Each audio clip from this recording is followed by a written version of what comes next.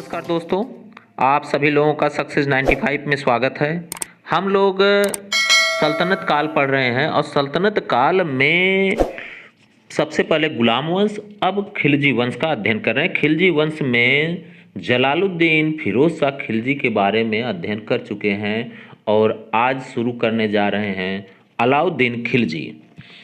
यह जान लीजिए कि यह अलाउद्दीन खिलजी जो है वह बलबन के बाद दूसरा ऐसा व्यक्ति है जिसने निरंकुशवाद को बहुत आगे तक बढ़ा दिया था। तो उस अलाउद्दीन खिलजी जो शासन अपना करता है 1296 से लेकर के 1316 ईस्वी तक इसका शासनकाल होता है। अलाउद्दीन खिलजी के बारे में कुछ जान लें। इसका मूल नाम क्या था, बचपन का नाम क्या था? अली गुरशास्प था। और अलाउद्दीन खिलजी की जो उपाधि है, कई उपाधियां मिल चुकी हैं, तो उसमें से कुछ हैं अबुल मुजफ्फर सुल्तान अल दुनिया व दीन मोहम्मद शाह खिलजी। दूसरा है यामनी उल खिलाफत नासरी अमीर मुमनीन, अथवा इसी को कहा गया है खलीफा का नाइब। दूसरा है द्वितीय सिकंदर और सिकंदर ए सानी, ऐसी उपाधियां ग्रहण किया हुआ है। कौन? अलाउद्दीन खिलजी। और विश्व का सुल्तान कहा गया है। किसे? विश्व का सुल्तान अलाउद्दीन खिलजी को कौन कहा है? अमीर खुसरो ने कहा है। किस पुस्तक में ऐसा कहा है विश्व का सुल्तान? खजाइन उल फुतूह पुस्तक में। और पृथ्वी के शासकों का सुल्तान कहा गया है अलाउद्दीन खिलजी को। युग का विजेता कहा गया है, जनता का चरवाहा कहा गया है। किसे यह सब उपाधि मिली है? अलाउद्दीन खिलजी को। अलाउद्दीन खिलजी के पिता का नाम शिहाबुद्दीन मसूद खिलजी था और यह आए थे बलबन के समय में सैनिक पदाधिकारी के रूप में कार्य कर रहे थे। और फिरोज शाह खिलजी जो है, फिरोज शाह जलालुद्दीन फिरोज शाह खिलजी का भतीजा और दामाद है। कौन भतीजा और दामाद होता है? यह अलाउद्दीन खिलजी। जलालुद्दीन अपनी पुत्री का अपने भतीजा के साथ विवाह कर देता है और जब शिहाबुद्दीन मसूद खिलजी अर्थात अलाउद्दीन खिलजी के पिता की जब मृत्यु होती है तो यही जलालुद्दीन परवरिश भी करता है। अलाउद्दीन खिलजी के भाई कौन कौन हैं? तो एक है अल्मास बेग, एक है कुतलुग तिगीन और एक है मोहम्मद। लेकिन इतिहास में इन दोनों का नाम नहीं मिलता है। कौन है जिसका नाम इतिहास में है? तो वह अल्मास बेग है। इसे उलुग खां की उपाधि मिलती है और इसे एक पद भी मिला हुआ था अखूर बेग का। कौन दिया है? जलालुद्दीन यह पद दिया था। और अलाउद्दीन को भी पद मिला है अमीर ए तुजुक, इसे भी जलालुद्दीन ही दिया हुआ था। अलाउद्दीन को सूबेदार बनाया गया था। कहाँ का? कड़ा मानिकपुर का। कौन बनाया था कड़ा मानिकपुर का सूबेदार? तो जलालुद्दीन बनाया है। और इसे एक पद और दिया गया है आरिजे मुमालिक। किसे? अलाउद्दीन खिलजी को यह सब पद मिला हुआ है। उसके बाद लालसा धीरे धीरे लगातार बढ़ती चली जाती है अलाउद्दीन खिलजी की और उसने पहला भिलसा पर आक्रमण किया था। वहाँ से कुछ धन लूटा जो कि जलालुद्दीन फिरोज शाह खिलजी को देता है, लेकिन एक अभियान चोरी से करता है हुआ है देवगिरी पर और बहुत सारा धन वहाँ से लूटता है। लूटने के बाद यह अब अपने मन में रख लिया कि हम सुल्तान बन सकते हैं। और पिछले वीडियो में हम आपको बता चुके थे कि इसने जलालुद्दीन का कत्ल किस प्रकार जो है नदी के किनारे मानिकपुर में बुला करके कर देता है। और 19 जुलाई 1296 को सुल्तान घोषित कर देता है अलाउद्दीन खिलजी अपने आप को। अभी वह कहाँ किया है सुल्तान घोषित? तो मानिकपुर में ही घोषित करता है। अब समस्या यह है कि दिल्ली में अभी हो क्या रहा है? तो दिल्ली में जो दिल्ली की जनता है वह घृणा करती थी किससे? अलाउद्दीन खिलजी से, क्योंकि इसने धोखे से जलालुद्दीन को मार दिया था और यह सुल्तान घोषित हो कर दिया है अपने आप को, जबकि सुल्तान घोषित अर्कली खां को करना चाहिए था, क्योंकि यही पुत्र है जलालुद्दीन का और यह मुल्तान का सूबेदार था। इसे आने नहीं दिया गया, वहीं पर रह गया और एक और पुत्र था जलालुद्दीन का, खाने खाना उसकी मृत्यु हो जाती है। तो विरोध करने वाले दिल्ली की जनता हो गई, यह अलाउद्दीन की विरोध करती थी। मंगोल आक्रमण का यह डर था, पड़ोसी जो राज्य थे यह दिल्ली पर आक्रमण करना चाहते थे। तो ये सभी समस्याएं अलाउद्दीन के समय में उत्पन्न हो रही थी। जलालुद्दीन की जो विधवा पत्नी थी उसका लड़का, जलालुद्दीन की विधवा कौन है? मलिका जहां। वह क्या करती है कि अपने पुत्र कद्र खां को गद्दी पर बैठा करके संरक्षक बन जाती है। किस नाम से कद्र खां को बैठाती है गद्दी पर? रुकनुद्दीन इब्राहिम के नाम से।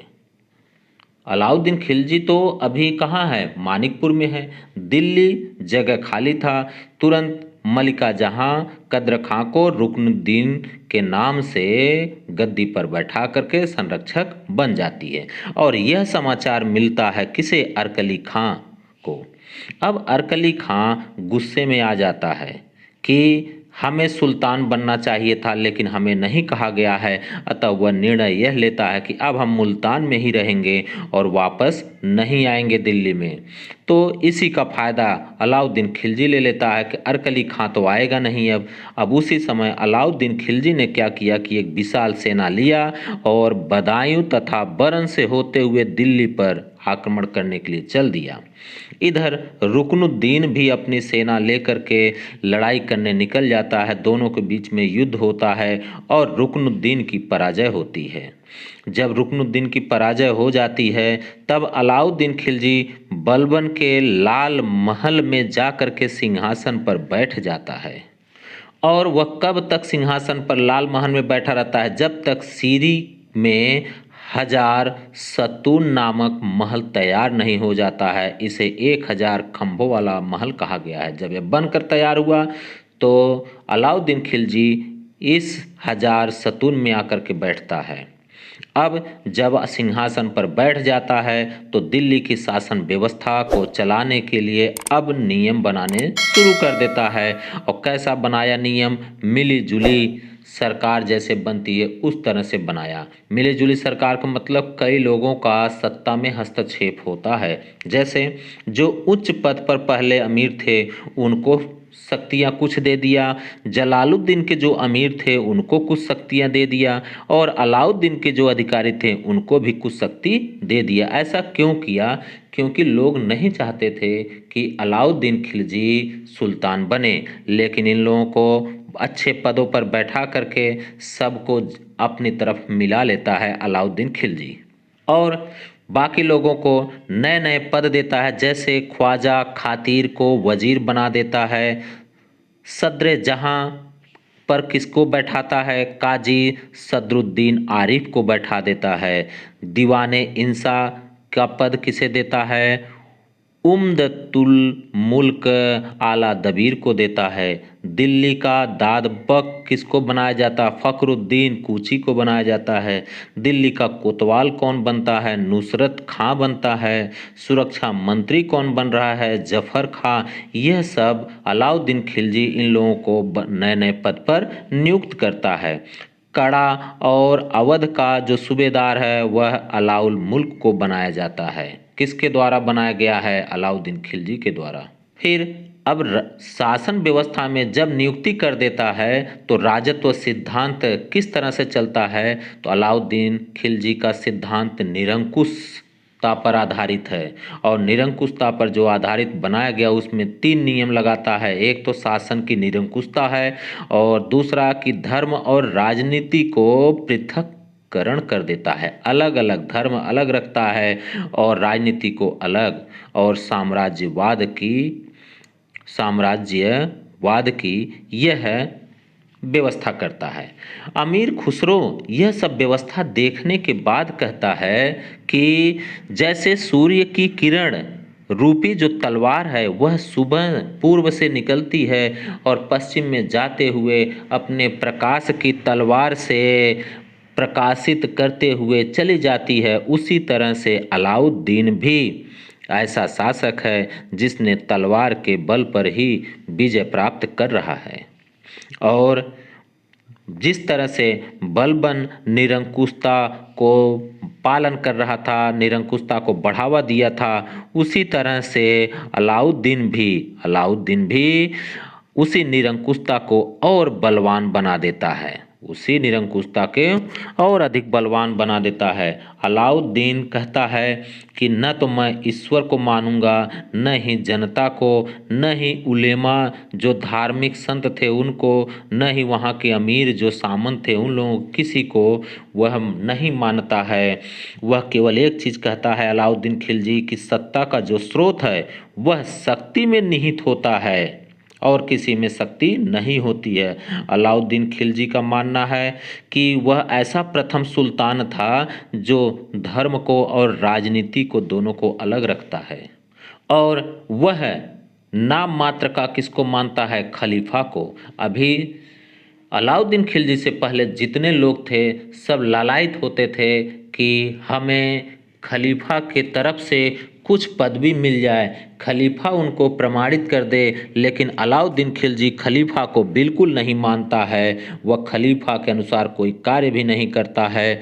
उसने तो यहाँ तक कह दिया कि मैं तो यह नहीं जानता कि मेरे काम क्या है, मैं यह भी नहीं जानता, मैं तो पढ़ा लिखा भी नहीं हूँ, मैं मुसलमान में जन्म लिया हूँ, लेकिन मेरे अंदर ये शक्ति कैसे आई है? तो मेरे पास जो शक्ति है वह अपने से आई है, इसलिए मुझे किसी को मानने की ज़रूरत नहीं है। मैं जो चाहूँगा अपने अनुसार जनता को खुश करने के लिए स्वयं नियम बनाऊँगा, किसी के अंडर में रह करके कोई काम नहीं करना है हमें। अतः वह शरीयत को भी नहीं मानता था।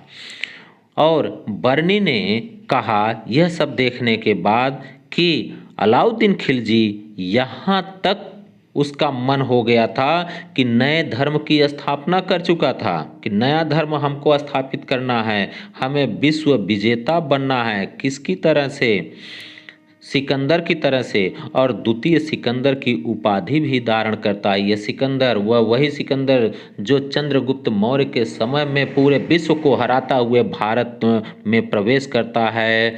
फिलिप द्वितीय का जो पुत्र था, तो उसी के नाम पर यह अपना नाम भी रखता है, द्वितीय सिकंदर। लेकिन जो वहाँ का काजी था अलाउल मुल्क, उसके कहने पर, उसके सुझाव परामर्श देने पर वह अपना फैसला वापस ले लेता है और यह नए धर्म की स्थापना को त्याग देता है। तो ये तो अलाउद्दीन खिलजी की जो व्यवस्थाएं थी वह इस तरह से बनाया हुआ था। अब अलाउद्दीन खिलजी के समय में विद्रोह कहाँ कहाँ हुआ, कौन कौन लोग विद्रोह किए थे? तो 9 मुसलमानों का विद्रोह हुआ था। 9 मुसलमान अर्थात जो मुसलमान दिल्ली में आकर के मंगोलपुरी में बस गए थे, गुजरात से वापस लौटते समय सेनाओं में नुसरत खान ने अपना हिस्सा मांगा, तो 9 मुसलमानों ने उसका विद्रोह किया कि ऐसा नहीं करेंगे, और उसमें लड़ाइयाँ हो जाती है। नुसरत खां उस विद्रोह को दबा देता है। एक तो यह विद्रोह हुआ था, दूसरा विद्रोह अकत खां ने किया था। यह अकत खां है कौन? उसके जो मृतक भाई मोहम्मद है उसका पुत्र यह है, और यह भी विद्रोह कर देता है। क्यों विद्रोह करता है? कि इसे लगता है कि मैं सुल्तान बन सकता हूँ, और सुल्तान बनने की चाह में इसने देखा कि अलाउद्दीन खिलजी रणथंबोर पर गया हुआ है, तो इसे मौका मिल जाता है और विद्रोह कर देता है। लेकिन जो अमीर थे, जो सरदार थे अलाउद्दीन के, उन्होंने अकत खां को गिरफ्तार करके मार देते हैं। मंगू खां का विद्रोह होता है। मंगू खां कौन है? यह भांजा है अलाउद्दीन का। यह भी विद्रोह करता है, लेकिन इसे भी दबा दिया जाता है। और उसके बाद हाजी मौला का विद्रोह होता है। हाजी मौला का विद्रोह तो हुआ कि यह 7 दिन तक कम से कम शासक भी बन गया था। अगर शायद जो है कि अलाउद्दीन के जो अमीर थे, सरदार थे, अगर वह हाजी मौला को सज़ा नहीं दिए होते, नहीं मारे होते, तो शायद अलाउद्दीन खिलजी यहाँ आ भी नहीं पाता। लेकिन हाजी मौला को हरा दिया जाता है, मार दिया जाता है और इसका वर्चस्व बना रह जाता है। किसका वर्चस्व बना रह जाता है? अलाउद्दीन का।